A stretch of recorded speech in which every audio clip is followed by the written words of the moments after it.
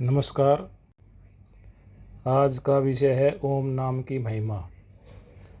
आज मैं सनातन हिंदू धर्म में ओम की महिमा के बारे में वर्णन करूँगा। ओम हिंदू धर्म का प्रतीक है। हिंदू धर्म की धार्मिक पुस्तकों में जैसे वेद, उपनिषद, श्रीमद् भागवत गीता और पुराणों में ओम की महिमा बताई है। वेदों के अनेक मंत्रों का प्रारंभ ओम से होता है। गायत्री मंत्र को महामंत्र माना गया है। इसका प्रारंभ भी ओम से होता है। ओम को ओंकार और प्रणव भी कहते हैं। जब हम भगवान शिव की स्तुति करते हैं तो ओम नमः शिवाय बोलते हैं, और जब हम भगवान की कृष्ण की स्तुति करते हैं तो ओम नमः भगवते वासुदेवाय बोलते हैं। हमारे वेद, उपनिषद, गीता, गुरु ग्रंथ में ओम नाम की महिमा बताई गई है। गुरु नानक देव जी की वाणी एक ओंकार सत्य नाम से प्रारंभ होती है। बौद्ध धर्म में भी ओम की शक्ति को मानते हैं। बौद्ध धर्म मानने वाले ओम मणि पद्मे हुम का मंत्र का जाप करते हैं। इसका प्रारंभ भी ओम से होता है। ईसाई और मुस्लिम प्रार्थना के समय आमीन बोलते हैं। विद्वान मानते हैं, जैसे हम उत्तर भारत में राम कहते हैं और दक्षिण में रामन और कृष्ण कहते हैं और दक्षिण में कृष्णन कहते हैं। इसी प्रकार ओम शब्द ही आमीन हो गया है। इंग्लिश में ईश्वर के गुण के लिए जो शब्द प्रयोग किए जाते हैं उनमें भी ओम का उच्चारण होता है। जैसे शक्तिमान के लिए ओमनी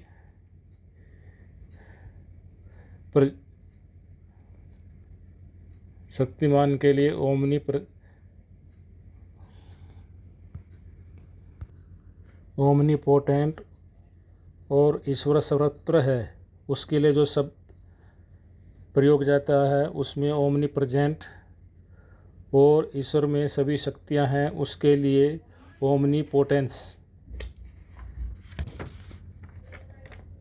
शास्त्रों में ओम की बहुत महिमा बताई है। संक्षेप में ओम की महिमा इस प्रकार है।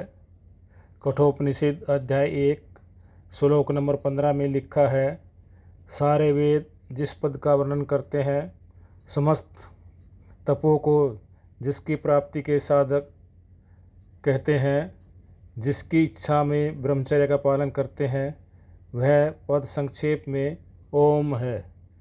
यह अक्षर ही ब्रह्म है, यह अक्षर ही पर है। इस अक्षर को जानकर जो जिसकी इच्छा करता है वही उसका हो जाता है। कठोपनिषद श्लोक 17 में आया है, यह ओंकार श्रेष्ठ और प्रशंसनीय है। साधक इसको जानकर ब्रह्मलोक को प्राप्त होकर महिमान्वित होता है तथा ब्रह्मत्व को प्राप्त होता है और ब्रह्म के समान उपासनीय होता है। प्रश्नोपनिषद श्लोक 2, ओंकार ही पर और अपर ब्रह्म है। इसी के आश्रय से साधक ब्रह्म को प्राप्त होता है। प्रश्नोपनिषद श्लोक नंबर 5 में आया है, जो उपासक ओम अक्षर द्वारा परम ईश्वर की उपासना करता है वह तेजों में सूर्य लोक को प्राप्त होता है। सर्प जिस प्रकार कैंचुली को निकाल कर मुक्त हो जाता है, उसी प्रकार ओम को जाप करने वाला पापों से मुक्त हो जाता है। वह ब्रह्मलोक को जाता है और ईश्वर का साक्षात्कार करता है। प्रसूनोपनिषद श्लोक नंबर 6। ओंकार से ही साधक अक्षर सत्य और पुरुष संगक परम ब्रह्म को प्राप्त होता है, जो शांत, जागृत, स्वप्न और सुषुप्ति आदि विशेष भाव से मुक्त तथा सब प्रकार के प्रपंच से मुक्त है। मुंडकोपनिषद खंड 2 श्लोक 2। रथ चक्र की नाभि जिस प्रकार आरे लगे होते हैं, उसी प्रकार संपूर्ण नाड़ियाँ हृदय के भीतर से अनेक प्रकार से उत्पन्न हुआ संचार करता है। उस आत्मा का ओम का इस प्रकार ध्यान करो, अज्ञान के उस पार गमन करने में तुम्हारा कल्याण हो।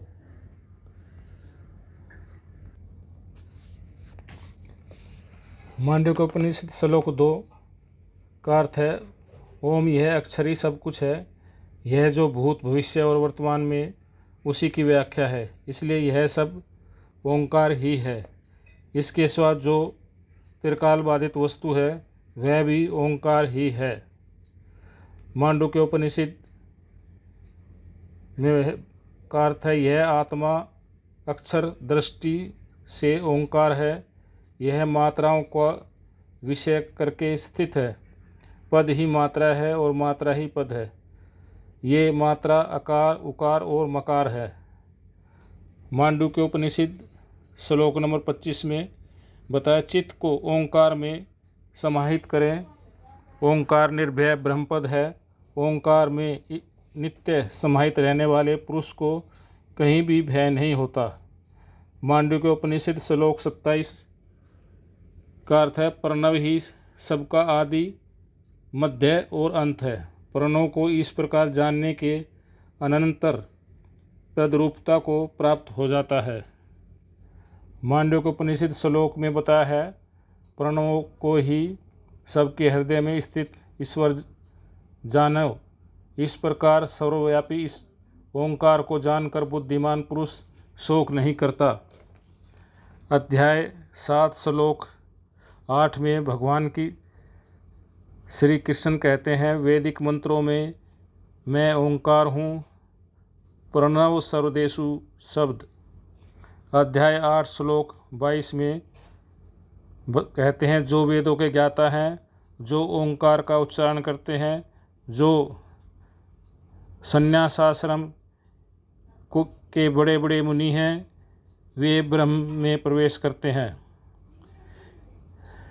अध्याय 9 श्लोक 16 में बताया, मैं जानने योग्य शुद्धिकर्ता तथा ओंकार हूँ। अध्याय 10 श्लोक 25 में बताया है, मैं वाणी में दिव्य ओंकार हूँ। अध्याय 17 श्लोक 23 का अर्थ है, ओम तत्सत, अर्थात ओम ही सत्य है, अर्थात ओम ईश्वर का शाश्वत और सत्य नाम है।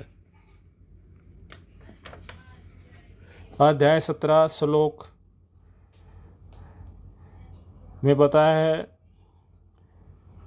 इसलिए वेद मंत्रों का उच्चारण करने वाले श्रेष्ठ पुरुष नियत यज्ञ, दान और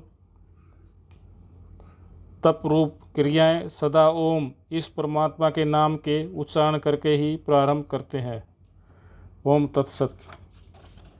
ये वीडियो कैसी लगी कमेंट करके बताएं और शेयर और सब्सक्राइब करें।